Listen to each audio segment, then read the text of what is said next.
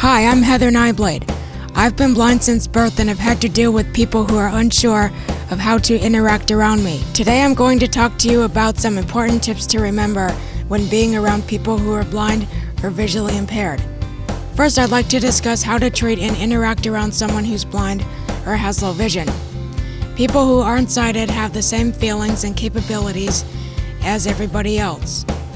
Being talked about behind their back is one thing that happens to people who are blind, and it hurts them as much as it does to someone who can see.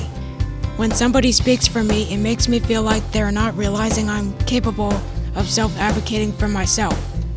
I've had experience of being a DJ for 4 years. In April of 2009, I was a DJ for a Braille workshop that was hosted by the National Federation for the Blind. I was also a guest DJ on Hey Mom, I'm on 91X in 2006. That was with Steve West, the DJ who did the Sunday morning show. I'd also like to talk about when to help and when not to help them. If I had a can of soda in front of me and someone says, "Do you need help?" I'll say, "No thanks, I can do it myself." If you see a person who's blind and you want to know if they need assistance, ask them. The third important thing when dealing with people who are visually impaired is to accept them. When people meet someone who's blind, the first thing they might think is, "Oh, you poor thing, are you alright?" I'll explain to them I'm fine and capable of doing lots of things that don't require vision. Now let me talk to you about following the rules of the road.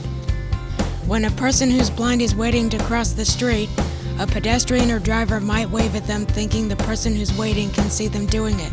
Well, unfortunately they can't. There are 2 ways for someone with a visual impairment to know when it's safe to cross. The first one is when they don't hear any cars coming, which is called an all quiet. The second one is an all clear, which means there's a car coming but not toward them. They'll hear it in the distance. Have you ever wondered how a person who's blind needs help traveling around a school campus? Well, there is a solution.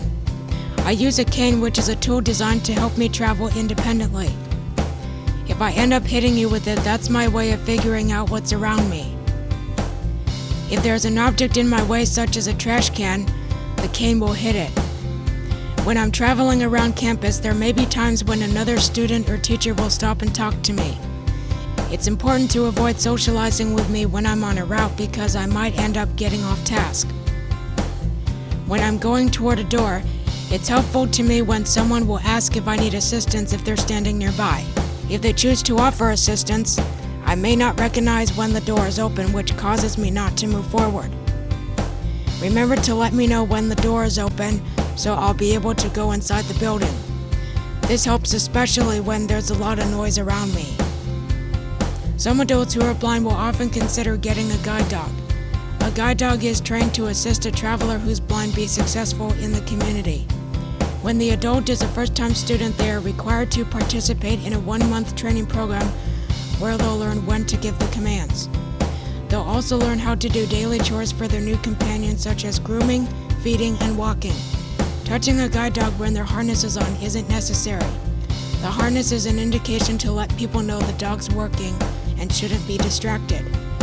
But when their harness is off, it means they're off duty and has free time. When a person who's blind applies for a job, the employer might not understand the things they can do independently. Or during a job interview, they might ask a question like, "How can you read if you're blind?"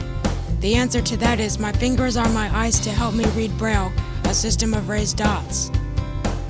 A resume is a great piece of evidence to prove to the employer that people who are blind are capable of doing lots of things, such as taking a message for a phone call. I use adaptive technology that'll help me with doing easy tasks and be successful in getting the job done. One of the pieces of equipment I use is a Braille note, which is like a laptop. It'll allow me to create Word documents, use my GPS to know where I'm traveling, and print out what I wrote for people who can see. Apple has created a screen reader called VoiceOver, and they've added it to the iPhone 3GS. Mail, mailboxes, button. Compose, button. Compose, 2, text field, is shift, capital P. This will allow me to navigate to different items on the touchscreen without asking for assistance. I'm Heather Nyblade, and I hope you've enjoyed learning some new things about people with visual impairments.